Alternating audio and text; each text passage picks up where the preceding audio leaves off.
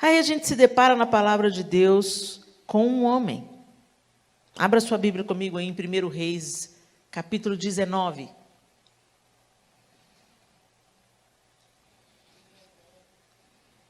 E nós vamos ver a história de Elias.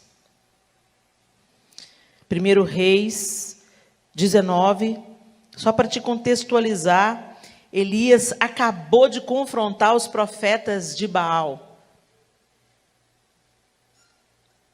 O fogo, o poder de Deus caiu do céu, lambeu a oferta e manifestou a glória de Deus, dizendo que em Israel há um só Deus. E Baal perdeu. E os profetas de Baal, então, foram mortos à espada. Porque estavam ensinando um caminho falso ao povo de Israel. Então, Elias tinha acabado de sair de um grande momento, um momento histórico, um momento marcante, da aprovação de Deus sobre a vida dele. Deus respaldou tudo aquilo que Elias tinha invocado do Senhor.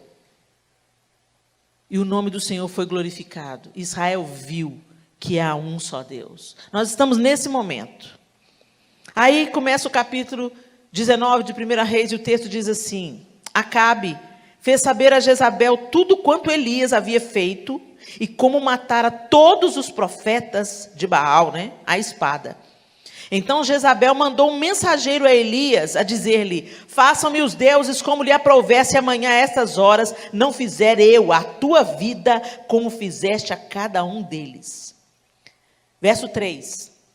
Temendo, pois, Elias, levantou-se e para salvar sua vida se foi e chegou a Berseba, que pertence a Judá, e ali deixou o seu moço. Ele mesmo, porém, se foi ao deserto, caminho de um dia, e veio, e se assentou debaixo de um zimbro, e pediu para si a morte, e disse: basta, toma agora, ó Senhor, a minha alma, pois não sou melhor do que meus pais. Deitou-se e dormiu debaixo do zimbro.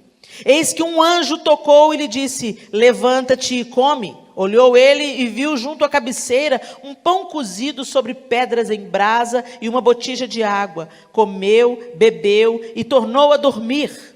Voltou segunda vez o anjo do Senhor, tocou e lhe disse: levanta-te e come, porque o caminho te será sobremodo longo. Levantou-se, pois, comeu e bebeu, e com a força daquela comida, caminhou 40 dias e 40 noites até Horebe, o monte de Deus. Ali entrou numa caverna, onde passou a noite, e eis que lhe veio a palavra do Senhor e lhe disse: que fazes aqui, Elias? Ele respondeu: tenho sido zeloso pelo Senhor, Deus dos exércitos, porque os filhos de Israel deixaram a tua aliança, derribaram os teus altares e mataram os teus profetas à espada. E eu fiquei só e procuro tirar minha vida. Disse-lhe Deus: sai e põe-te neste monte perante o Senhor. Eis que passava o Senhor, e um grande e forte vento fendia os montes e despedaçava as penhas diante do Senhor, porém o Senhor não estava no vento. Depois do vento um terremoto, mas o Senhor não estava no terremoto. Depois do terremoto um fogo, mas o Senhor não estava no fogo. E depois do fogo um cicio tranquilo e suave. Ouvindo Elias, envolveu o rosto no seu manto e saindo pôs-se à entrada da caverna. Eis que lhe veio uma voz e lhe disse: que fazes aqui, Elias? Ele respondeu: tenho sido em extremo zeloso pelo Senhor Deus dos exércitos, porque os filhos de Israel deixaram a tua aliança, derribaram os teus altares e mataram os teus profetas à espada, e eu fiquei só e procuro tirar minha vida. Disse-lhe o Senhor: vai, volta ao teu caminho para o deserto de Damasco, e em chegando lá, unge a Azael rei sobre a Síria. A Jeú, filho de Ninsi, ungirás rei sobre Israel, e também Eliseu, filho de Safate, de Abel-Beolá, ungirás profeta em teu lugar. Quem escapar a espada de Azael, Jeú o matará. Quem escapar a espada de Jeú, Eliseu o matará. Também conservei em Israel 7.000, todos os joelhos que não se dobraram a Baal, e toda a boca que não o beijou. Senhor, essa é a tua palavra, e nós te pedimos que o Senhor nos ensine, pelo poder do teu Espírito, através dela. Somos pequenos e limitados, mas o Senhor é grande, poderoso e capaz de nos convencer daquilo que precisamos ser convencidas e de nos transformar e de mudar a nossa jornada. E é isso que nós pedimos em nome de Jesus. Amém. Elias tinha experimentado uma grande vitória, mas ele não conseguia ver. Ele foi intimidado por uma ameaça de uma mulher, Jezabel. Será que Elias, gente, parece tão absurdo, porque Deus tinha se manifestado, eu aconselho vocês a lerem o capítulo anterior. Elias estava tão confiante que Deus ia fazer, que ele até zombava de Baal.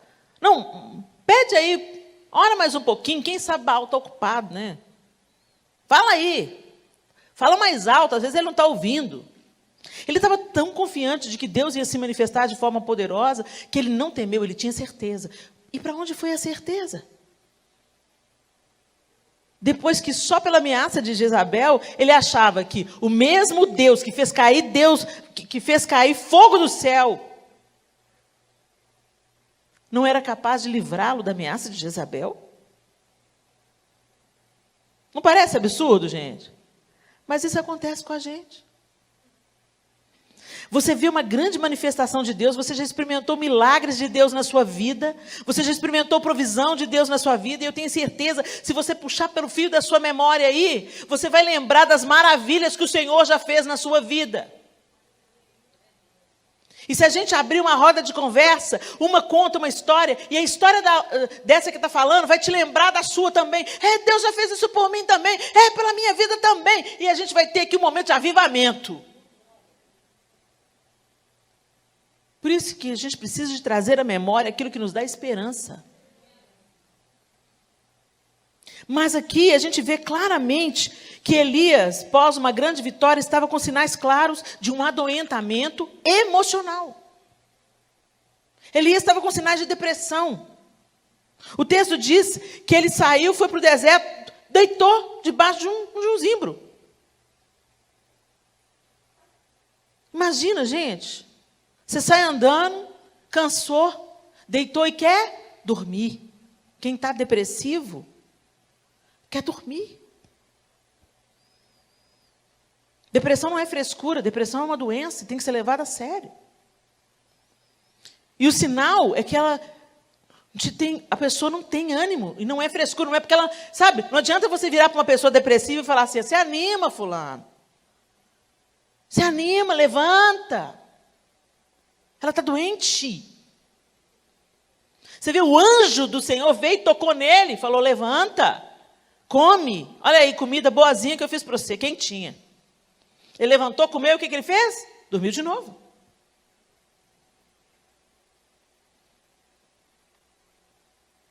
Ele estava adoentado emocionalmente.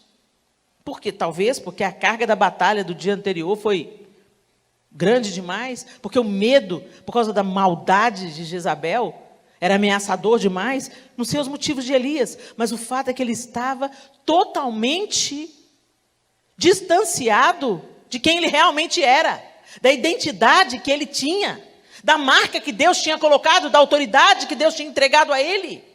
Ele não conseguia ver quem ele era em Deus e o que Deus tinha acabado de fazer através dele. Gente, isso está acontecendo com a gente. Por isso que a gente precisa de ficar fazendo essas reuniões para lembrarem vocês de quem vocês são. Principalmente nesse tempo de extremo esgotamento emocional. Não adianta tentar tapar o sol com a peneira. Às vezes você está tendo sintomas e você nem sabe que são sintomas de esgotamento emocional. Você está bem? Eu vi um meme na internet com a Fabiola Mello, eu ri demais. Ela falou assim, eu estou bem, é bem que fala, né? Ela estava dublando uma outra pessoa, gente, sensacional. Eu estou bem, e a pessoa completamente desequilibrada. E muitas de nós estão assim, você está bem? Falando, estou bem. Ainda mais a gente que é crente tem que manter a fachada. Né? A gente tem que manter o verniz. E está aqui a Bíblia mostrando a gente aqui, ó, Homem de Deus, Elias, estava ali sofrendo, deprimido, vulnerável emocionalmente. E se a gente pegar a Bíblia aqui, ó, um tanto de heróis da fé, gente, humano.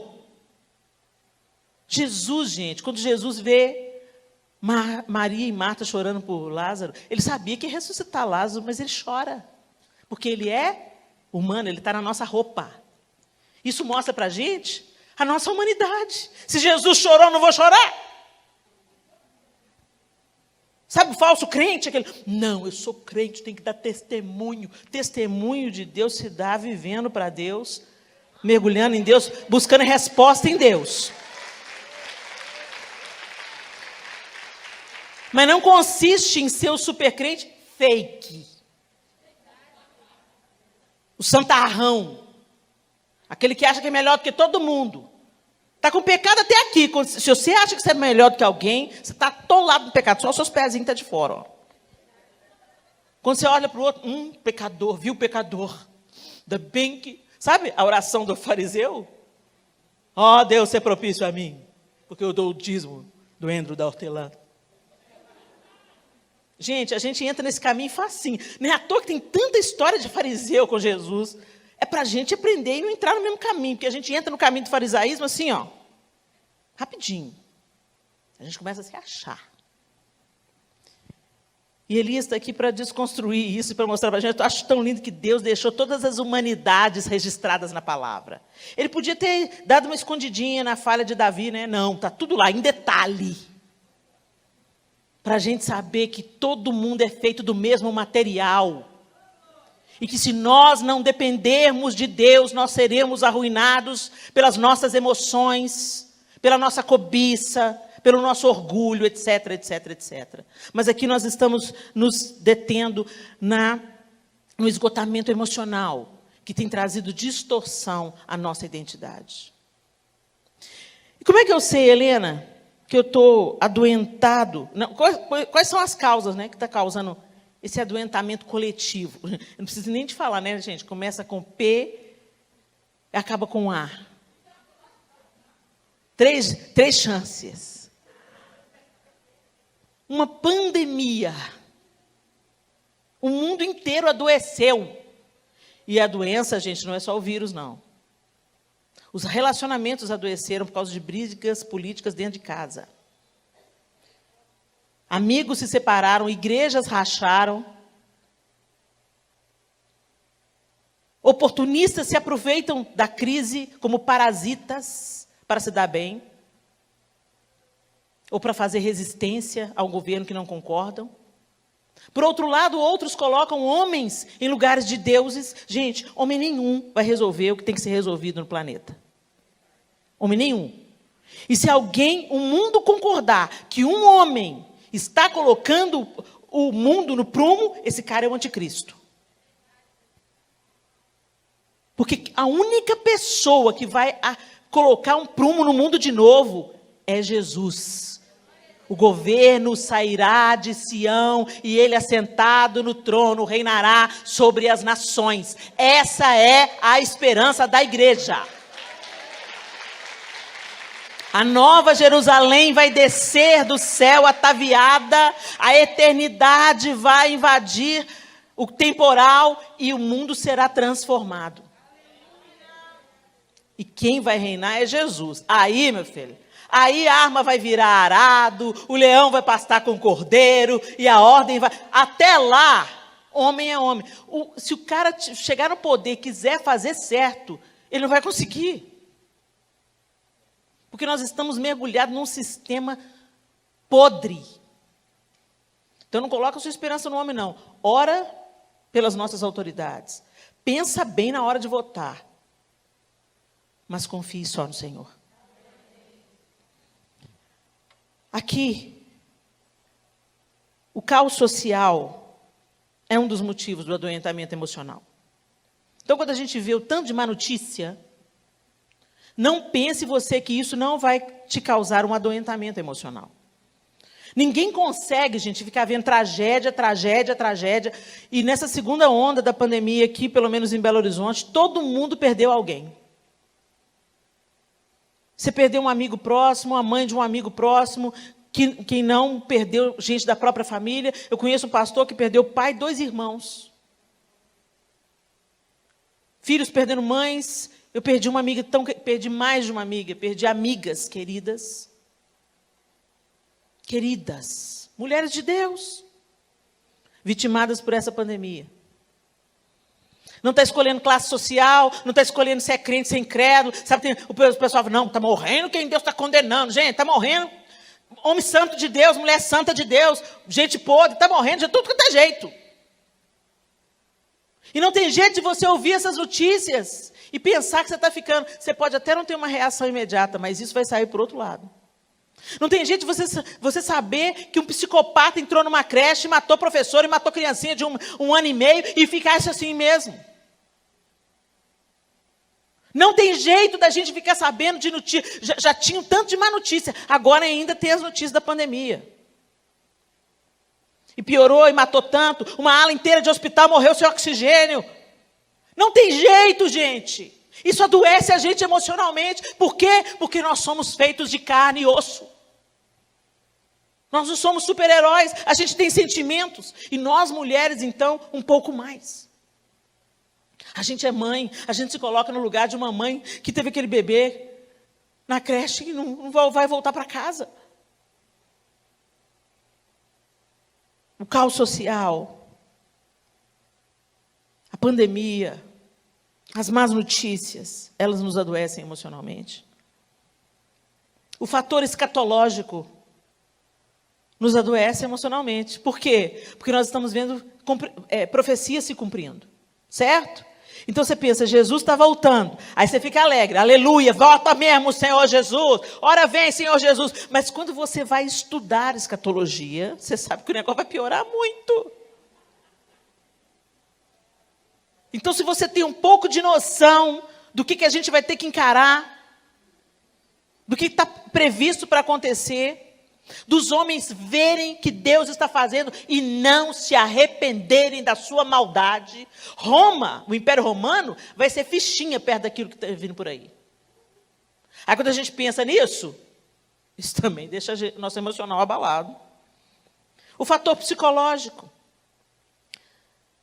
Você tem que lidar com as questões do medo de ser infectado por um vírus. Você tem que lidar com as questões do luto, se você perdeu alguém. Você tem que lidar com as questões de proteger as suas crianças. Mas as suas crianças também estão sem aula. E isso está deixando as suas crianças ansiosas e frustradas e agitadas. E você tem que equilibrar isso tudo, equilibrar os pratos dentro de casa, para ser uma mãe que não pega um menino desse de jeito, porque ele não tem culpa de nada, ele também é uma vítima, e você não pode descarregar em cima dele a sua raiva, e você fica aqui. Gente, nós não somos de aço. Aí o casamento começa a dar sinais, não do seu casamento, não, meu casamento piorou na pandemia, não piorou não, você só enxergou o problema que estava tendo, que ficava escondido pela vida agitada de vocês dois. Então algumas coisas estão vindo à tona, não é para nos abalar, era para nos curar, nos levar ao caminho da cura, da busca pela cura. Olha, nosso casamento estava adoentado, eu nem estava percebendo, vamos trabalhar isso aqui. Olha, meu relacionamento com os meus filhos estava muito distanciado. Eu nem estava percebendo. Deixa eu parar um pouco, deixa a casa um pouquinho de lado, deixa eu brincar de Lego com os meus filhos. Espera aí, a professora dele não está, então eu vou ser a professora dele, eu vou ensinar esse menino. Eu vou entrar nesse nicho aqui, porque eu não vou esperar da escola o que eu, como mãe, tenho que fazer para o meu filho, não. Mas não é isso que está acontecendo, gente. A gente está fragilizado, fragmentado. E aí a gente recua. E aí a gente começa a dançar a música que Satanás está tocando. Por quê? Porque estamos vulneráveis psicologicamente. Tem o fator físico. Quem pegou a Covid, algumas pessoas estão desenvolvendo sequelas. Pessoas estão tendo problemas cardíacos, pessoas estão tendo problemas de coagulação, pessoas não recuperaram mais o paladar e o olfato. Outras pessoas pegaram Covid, outras pessoas estão com outras doenças, porque as outras doenças não falaram assim, Covid chegou, estamos de altas. Não, gente. As outras doenças continuam acontecendo. O câncer continua acontecendo, o diagnóstico de esclerose múltipla continua acontecendo. Então, nós estamos tendo que lidar também com os problemas que o emocional e o psicológico somatizam e saem no nosso corpo. Dureza? Tá mole para ninguém não, gente, mas fica firme aí. E, finalmente, o fator espiritual. Por quê? Você olha para o caos social. Você olha para a bagunça que o mundo está. Cada dia uma notícia nova e ruim. Porque boa notícia não dá ibope. Você olha para a Bíblia e vê, uau, os cumprimentos das profecias. Começou, princípio de dores. O que vem depois? Você olha para o psicológico, meu pai, estou em frangalhos, eu tenho que dar conta de todo mundo, não estou dando conta nem de mim. Você olha para o seu físico, ganhou peso na pandemia, não tem ânimo para se exercitar e está com algumas doenças aí. Chegou aqui, uma coisinha ali, diabetes foi diagnosticado, e agora? A gente começa a questionar quem é Deus. A gente começa a tirar os olhos de Deus, colocar as circunstâncias, e a nossa fé começa a balançar. Será que Deus... Por que nós estamos passando por isso? Quem aqui não pensou nisso? Por que nós estamos passando por essa pandemia? Por que Deus está permitindo? Por que Deus permite que um cara entre numa creche e mata a criancinha? Por que o mundo é tão mau? Por que Deus, tendo todo o poder, não faz nada? Porque Satanás não vai perder a oportunidade de te atacar. E de fragmentar a sua fé. E de te afastar da sua única fonte de esperança e cura. Ele mente. E ele usa bons argumentos para isso. E isso tudo que eu falei aqui gera esgotamento emocional. Ah, Helena, como é que eu sei que eu estou com esgotamento emocional? Eu estou bem, eu juro que eu estou bem. Estou ótima. Vamos lá. Um sinal de esgotamento emocional é hiperdimensionar os problemas. Quando você vê os problemas enormes e as coisas boas você vê pequenas. Quando você só vê o que está ruim e não consegue enxergar o que está bom. Por exemplo, você está tão desesperançada com a vida que você não consegue entender que você está viva. Respira aí, gente. Olha aí, gente, bendito seja Deus, você não precisou de um tubo para fazer isso. Dá um glória a Deus aí.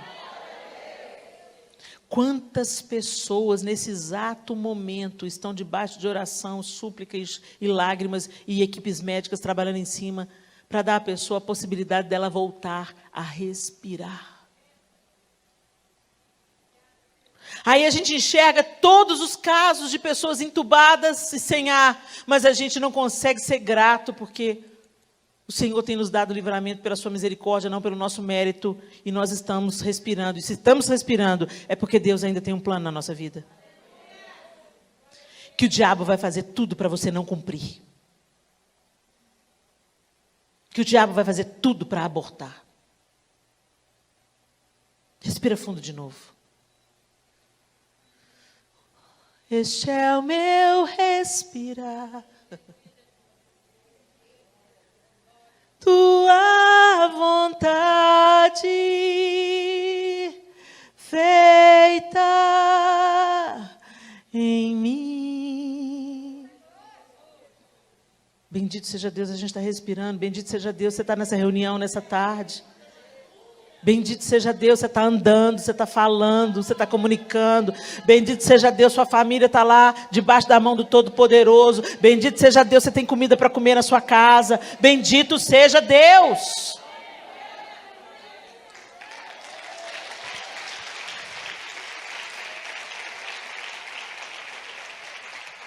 Mas como Elias, a gente não consegue ver a bênção, a vitória e o poder de Deus. A gente vê uma rainha injusta sentada no trono, dando ordens e ameaçando a nossa vida.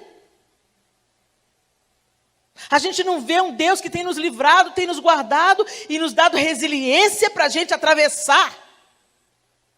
A gente está vendo um vírus cruel, matando pessoas, e políticos que não se entendem, e vacinas que não dão segurança, e um tanto de má notícia. Mas o sol está nascendo todas as manhãs. As misericórdias do Senhor se renovam junto com o nascimento do sol sobre as nossas vidas. O pôr do sol continua sendo maravilhoso, uma assinatura de Deus em cada final do dia, dizendo para a gente: oi, toda a viração do dia, eu ainda estou aqui. O sangue de Jesus está disponível para perdoar o nosso pecado. A igreja está pronta, de portas abertas para nos acolher, nos ouvir, nos encorajar, nos mover, nos reunir em adoração diante do trono de Deus. Você pode não estar comendo carne todo dia, mas se você tem arroz com feijão, você é um grande privilegiado. Tem gente que está catando comida no lixo. Você tem um teto para morar? Quando você sai daqui, você tem um teto? Ou você vai para debaixo de uma caixa de papelão? Você tem um teto, uau! Então coloca o seu olho nisso. Mas quando nós estamos com um esgotamento emocional, a gente não consegue enxergar. A gente vai só vendo, vida, céus, a gente não vai dar conta, o mundo vai acabar, Deus desistiu da gente. A gente só consegue ver o lado ruim para nós.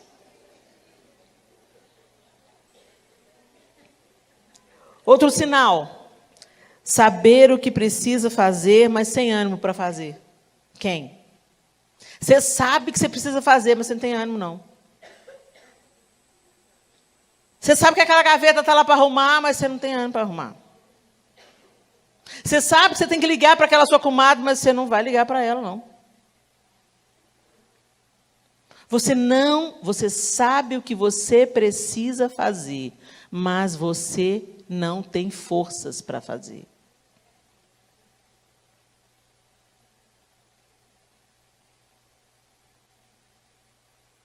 Você sabe que você tem que ir na igreja, mas você não quer ir.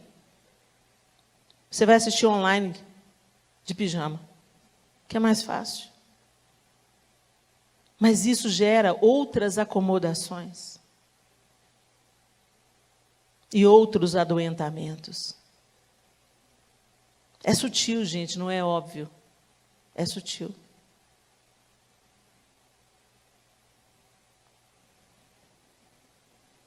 Busca isolamento. Você não quer ver gente. Para você ver gente, você tem que se esforçar. Você que está assistindo a gente aí online, né? Não vou na igreja não, porque eu vou ver gente.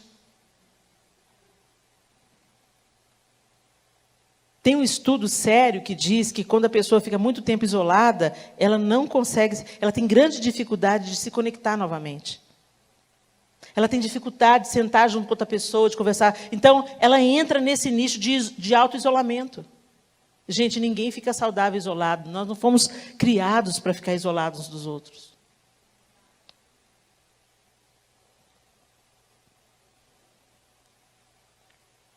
E isso distorce a sua identidade e afeta a sua fé.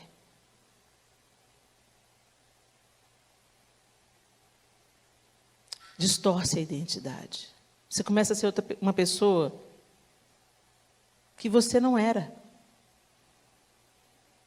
E você fica amarga, pessimista, desanimada, desesperançada, fã do isolamento, amedrontada e reativa. Se alguém mexer com você, você dá um soco na cara. Se você não concorda comigo, você é meu inimigo. Não, gente, a gente pode discordar em um tanto de coisa e continuar sendo amigo. A gente pode ter opiniões diferentes, votar em candidatos diferentes, gostar de cores diferentes, ok? Isso não é a vida, não. Isso faz parte da vida. Isso são escolhas. E nós somos livres para fazê-las. Nós somos muito mais do que aquilo que fazemos. Mas isso está tão entranhado, tão misturado no nosso tempo, que você é aquilo que você faz. Então, se você prega, você é uma mulher de Deus. Não. Eu posso pregar aqui, ser uma bênção na sua vida e ser uma jararaca na minha casa. Eu não sou o que eu faço, eu sou o que eu sou. E essa face eu não posso esconder de Deus. E as coisas que precisam ser curadas em quem eu sou, só Deus pode curar. Mas está tudo misturado. E a gente misturou as estações de tal maneira que, se você não pensa como eu, você é meu inimigo. Se você gosta de amarelo, você é fascista. Gente, é a temporada dos absurdos. Nós somos muito mais. Nós somos filhos de Deus. Como filhos da luz, nos tornamos cada dia mais parecidos com Jesus. Eu acho lindo como Jesus lidava com o Império Romano. O pau quebrando.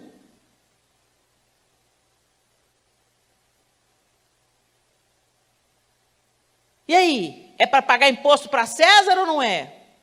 A César o que é de César. A Deus o que é de Deus. Jesus estava firme no seu propósito. Coisas menores, como o Império Romano, não ia atrapalhar o propósito de Jesus. Vocês estão entendendo, gente? A gente tem que se ligar naquilo que realmente define a nossa vida. Governos vêm e vão. Ideologias vêm e vão. E não vai melhorar não, gente. Porque o mundo jaz no maligno. Acorda para a vida. E aí nós vamos ficar abalados? Porque o ministro pediu demissão? Nós vamos ficar abalados porque o candidato que eu não queria ganhou na prefeitura? Nós vamos ficar abalados porque a injustiça está prevalecendo em detrimento da justiça? Não! Vamos ser, então, instrumentos de justiça. A gente tem que esperar isso do governo, a gente tem que esperar isso da igreja. É a igreja que é o sal da terra, não é o governo que é o sal da terra.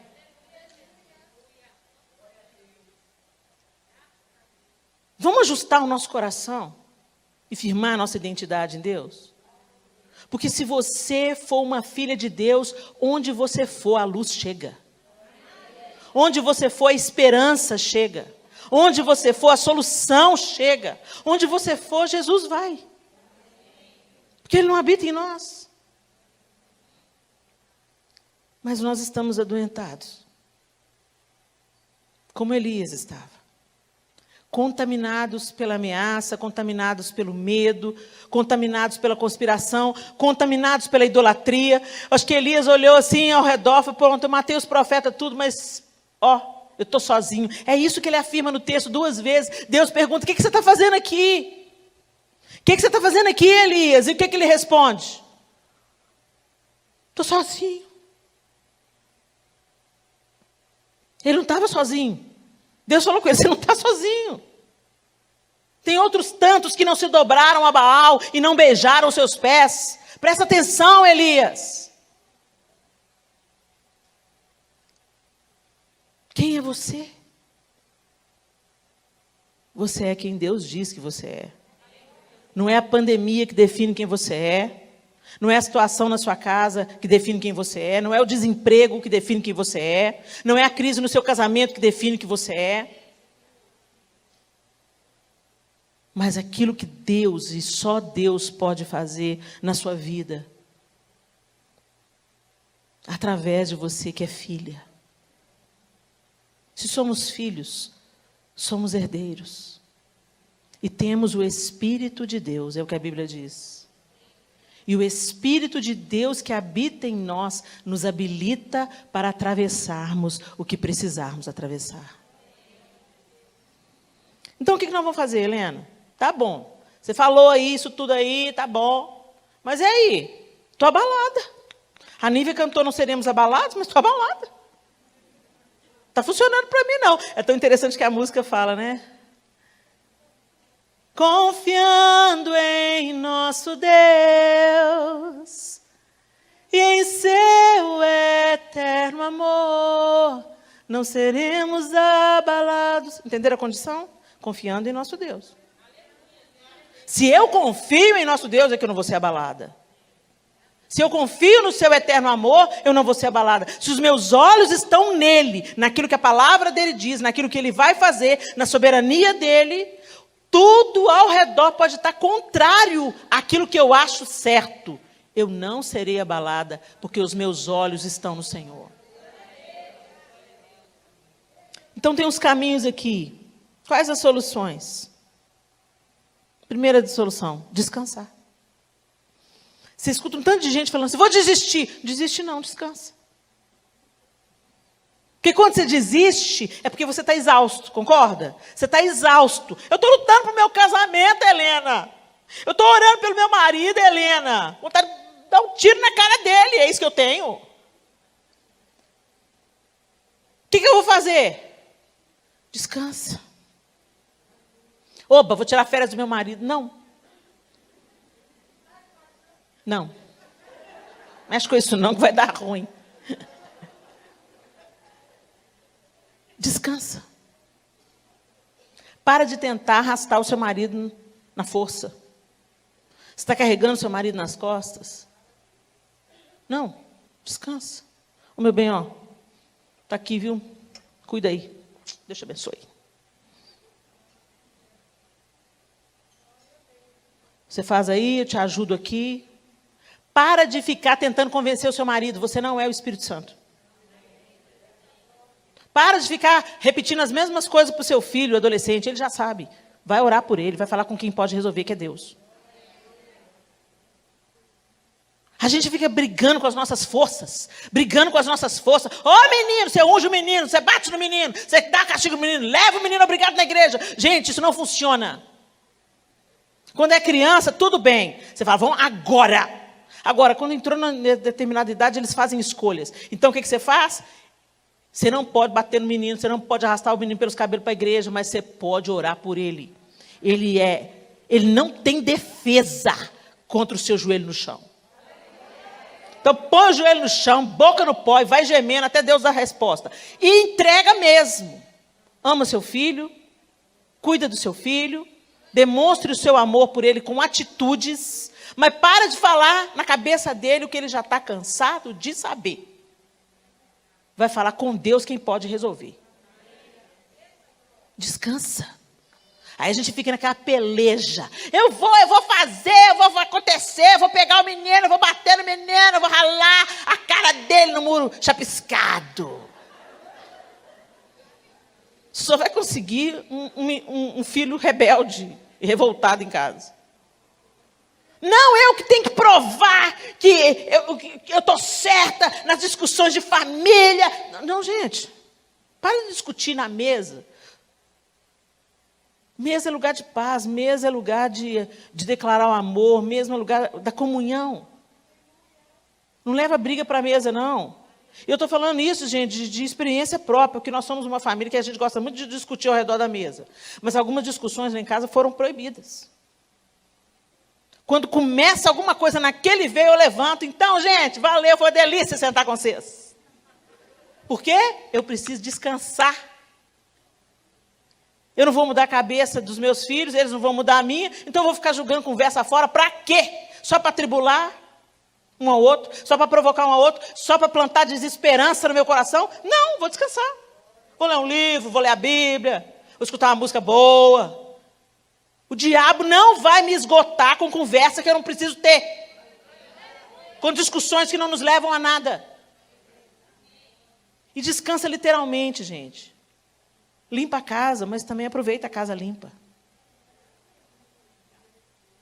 Não fica só na internet, não, pelo amor de Deus, vai ler a Bíblia. Limita o seu tempo de internet. Fala assim, olha, tem um aplicativo hoje que diz quanto tempo você gasta na internet. Observe e compare com quanto tempo você lê a Bíblia. O que pesa mais é aquilo que você adora. E você se torna semelhante àquilo que você adora. Então, gasta tempo lendo a Bíblia, estudando a Bíblia. Não só lendo para cumprir tabela, não, sabe? Lendo para conhecer o Deus que você diz que serve. Investe tempo em oração. Sabe aquela oração pelo Brasil, oração pelos enfermos do Brasil, e oração pela sua família, pelo seu filho que está desviado, pelo filho da vizinha que está nas drogas. Sabe? Vai. Tem muito motivo de oração aí, gente. Investe as suas palavras na oração e não na discussão. Toma um banho gostoso, põe uma música abençoada, toma um chá quente de noite. Para quem gosta de chá, né? Aquele chazinho de hortelã. Delícia, cheiroso. Desliga a televisão. Relaxa. Faz um escalda-pés. Maravilha. Coisas simples, que diminuem o estresse, que vai colocando aos poucos o emocional no lugar. Vai ver o pôr do sol. Da sua casa dá para ver o pôr do sol? Tem sido a minha terapia. Aliás, eu tenho uma terapeuta, mas além da terapeuta, eu tenho o pôr do sol. Abro a minha janela do quarto e fico, maravilha! Os céus manifestam a glória de Deus, o firmamento anuncia as obras de suas mãos, os meus vizinhos tudo pensam que eu sou doida, mas eu não estou nem aí.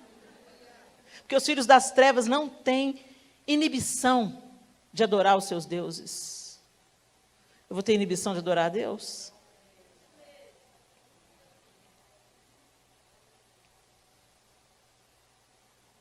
Cuidar da saúde física. Cuide de você. Pensa quando você for colocar alguma coisa dentro da boca. Pensa se aquilo vai te dar saúde ou vai prejudicar a sua saúde. Ai, Helena, mas eu amo um brigadeiro. Tudo bem, não uma caixa. Né? Não vai fazer mal, mas uma caixa faz. Come direito, gente. Cuida da sua alimentação. Faz exercício físico. Ah, Helena, eu não gosto de exercício físico. Vou te explicar uma coisa. Depois dos 40, ou você cuida da sua saúde, ou você cuida da sua doença. Se você não come direito, não faz exercício físico. De um dos dois, você vai ter que cuidar. Então, te dou a dica. Cuida da saúde. É mais fácil. É chato mesmo. Detesto exercício físico. Detesto exercício físico, mas vai produzir vida. Amém? Então a gente não faz só o que a gente quer, a gente faz o que a gente precisa. Cuida da sua saúde física. É muito importante que você se cuide. Vai fazer o preventivo do câncer de mama? Vai fazer o preventivo de colo do útero? Para de procrastinar a sua saúde. Você gasta com botox, mas não gasta com a consulta ginecológica? Me ajuda, gente. Cuida da saúde. E colocar para fora. Coloca para fora. Para de viver de verniz. Quando estiver ruim, fala, está ruim. Quando estiver pisando no seu pé, fala, está pisando no meu pé. Quando estiver te machucando, fala, está me machucando. Eu não quero ter essa conversa. Está me machucando. Fala o que você está sentindo. Sem gritar. Porque se você não falar, gente, você vai acumulando, você vai acumulando, você vai acumulando, você vai acumulando. Um dia, uma última gota vem. E a meleca está formada. Você explode de um jeito que não tem mais conserto. Você fere as pessoas. Tudo que você não falou, você vomita. Nunca mais aquela relação vai ser a mesma coisa. Então, aprende a falar no primeiro momento. É claro que você não vai sair falando aí para todo mundo. Se eu estou passando uma dificuldade, se eu estou me sentindo angustiada, se eu estou questionando a existência de Deus, eu estou com dúvidas, eu vou procurar uma pessoa que pode me responder. Vai procurar a sua pastora de mulher, pastora Madá. Procura ela. Pastora, pode marcar um horário? Estou precisando de abrir meu coração. E eu não posso abrir meu coração na rede social. Eu vou abrir meu coração em quem pode orar comigo, em quem pode aliviar a minha carga, em quem pode me olhar nos olhos, nem que seja para não falar nada, mas ouvir, porque às vezes só de você falar, você fica leve. Só de você dizer, rasgar o seu coração e falar, eu não estou dando conta. Ou, eu estou numa crise de fé, eu estou muito confusa. Será que Deus não está vendo isso tudo? Será que... Põe para fora. Porque isso vai te desviar completamente de quem Deus te criou para ser. Feche os seus olhos. E eu queria que você fizesse uma pergunta, né? Nós falamos aqui dos sinais de esgotamento emocional, né? falamos que a gente tem uma tendência, são sintomas. Mas tem 3 sinais de esgotamento que são muito evidentes. E não é para você responder para mim nem para ninguém, é para você responder para você mesma. Se você está com esses 3 sinais de esgotamento. Dormindo mal. E quando fala dormindo mal, pode ser insônia, ou pode ser só quer dormir, dormir, dormir, dormir. Não é aquele sono saudável, que você deita, descansa, levanta e está disposto, está descansado. Não. É quando você ou tem muita dificuldade para dormir, insônia, só consegue dormir lá pela alta madrugada. Ou você só quer dormir. Você dorme a noite toda, você quer dormir mais um pouco, você dorme de manhã, você não tem ânimo para nada, você quer só dormir, dormir. Uma disfunção do sono. Isso é um sinal de esgotamento emocional. Outro sinal é a irritação. Não estou falando da irritação da menopausa, não, que ela também faz parte. Nem da irritação pré-menstrual. Mas eu estou falando de uma irritação constante. Você não consegue lidar com situações simples, com o filho, com funcionária, com o marido, com a mãe, com gente da família, com a irmã. Tudo, você está uma bomba relógio. Qualquer coisa, esbarrou, estourou. A irritação é um sinal evidente. E, finalmente, falhas de memória. Você tem lapsos de memória. Esquece coisas óbvias, como o nome de pessoas que convivem com você. Compromissos importantes e que fazem parte da sua rotina. Gente, se essas coisas estão acontecendo, elas são sinais de que você está em perigo. A luz está piscando. Alerta, alerta, alerta, alerta.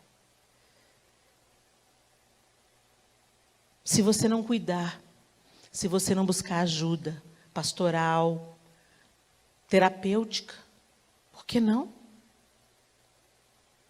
Se você não organizar a sua vida tentando cuidar da saúde física, descansar e conversar com pessoas que você pode rasgar o coração,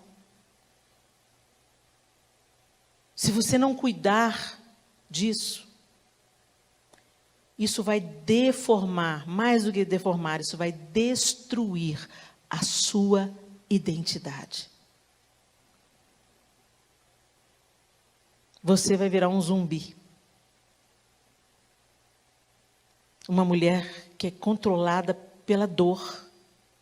Uma mulher controlada pelo destempero, pelo adoentamento emocional. Não uma mulher controlada pelo espírito. O corpo é muito importante e a gente não dá valor para o corpo.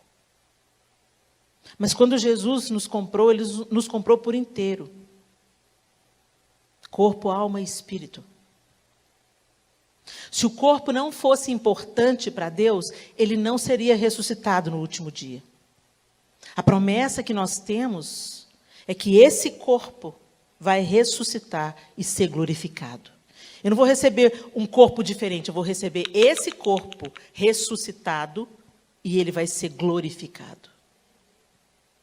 Exatamente como aconteceu com Jesus. As marcas dos cravos estavam evidência de que era o mesmo corpo. Jesus podia ter ganhado um corpo novo? Podia. Mas o corpo é importante para Deus.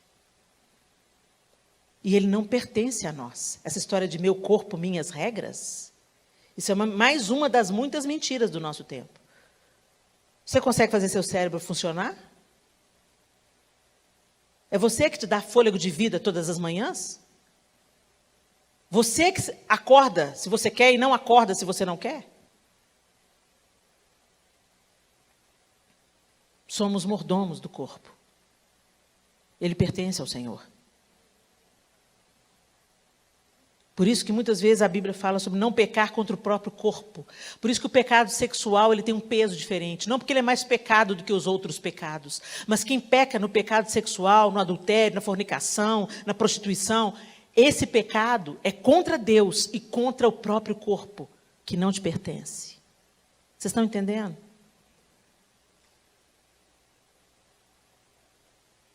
Quando você cuida do seu corpo, você também está cuidando da restauração da sua identidade de filha. Não é para idolatrar o corpo, mas é para cuidar bem. Amém, gente? Elias foi para a caverna. E ele tinha todo o discurso para Deus. Passou a noite lá. Mas é tão interessante um detalhe no texto bíblico. Ele caminhou uma longa distância com aquela comida que ele recebeu no deserto. Ele viu na cabeceira o pão cozido, as pedras, a botija de água, comeu, tornou a dormir. Depois voltou a segunda vez o anjo. Deus insiste. Deus nunca desiste. Quando o plano de Deus ainda não foi cumprido, Ele continua insistindo com você. Talvez o fato de você estar aqui hoje seja uma insistência de Deus com você. Você já ouviu isso, você já sabe disso, mas você não está colocando em prática. Mas Deus está insistindo.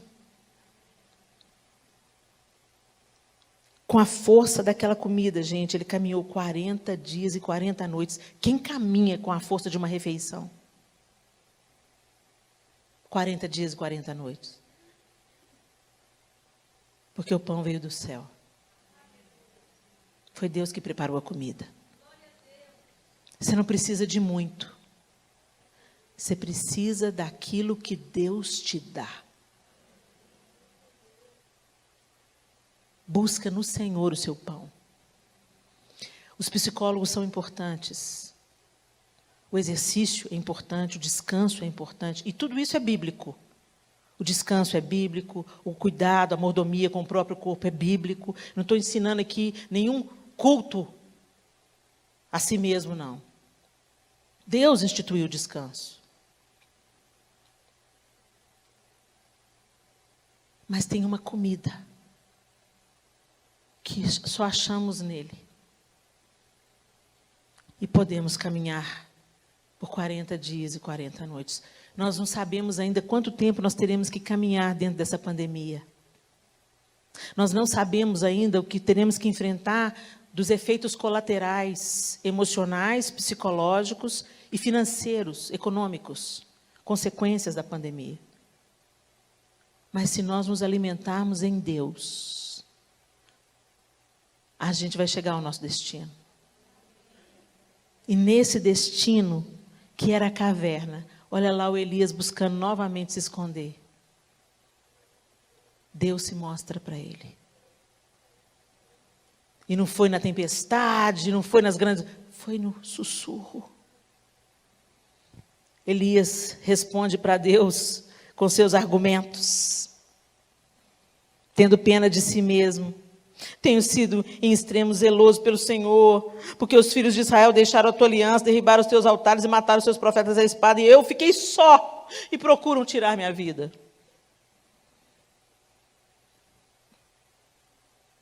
O Senhor não dá bola para a autocomiseração de Elias. Ele fala, vai, volta ao teu caminho para o deserto. Vai fazer isso, vai fazer aquilo, vai ungir aquele, vai ungir aquele, vai ungir aquele. E eu quero só te dizer que tem outros que não se dobraram. Tem mais 7.000 que não se dobraram, você não está sozinho, não. E é isso que nós temos quando nós comemos comida do céu. Nós atravessamos, nós vencemos e nós vamos cumprir tudo que Deus ainda tem para a gente cumprir. Amém? É a restauração da nossa identidade. quando nós achamos o nosso destino em Deus e vamos viver o que Ele tem para a gente viver. Fique de pé no seu lugar, vamos orar.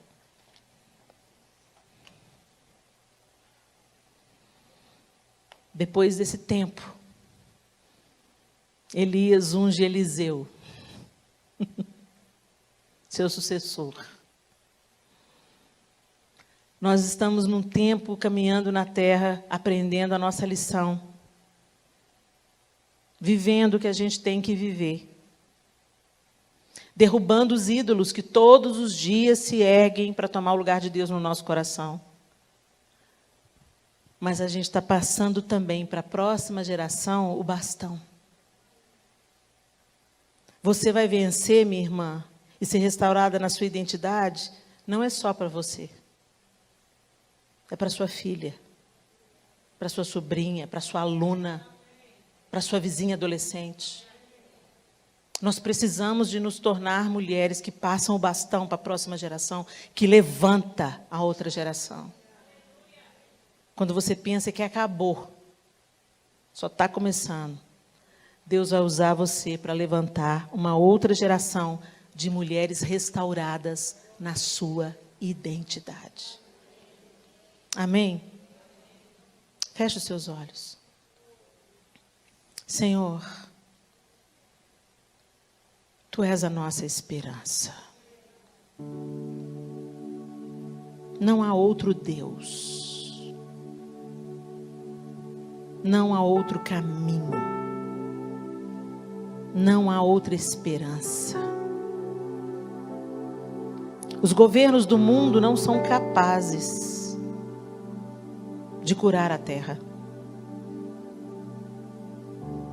Os ídolos que elegemos serão derrubados um a um. As ideologias vêm e vão,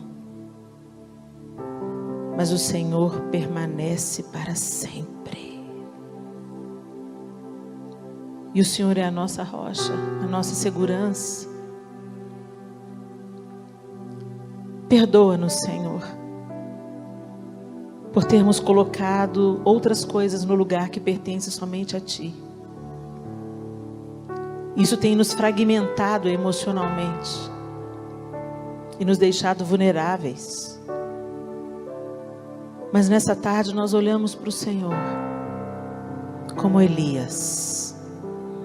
E com os nossos discursos de lamentos, muitas de nós também nos sentimos sozinhas.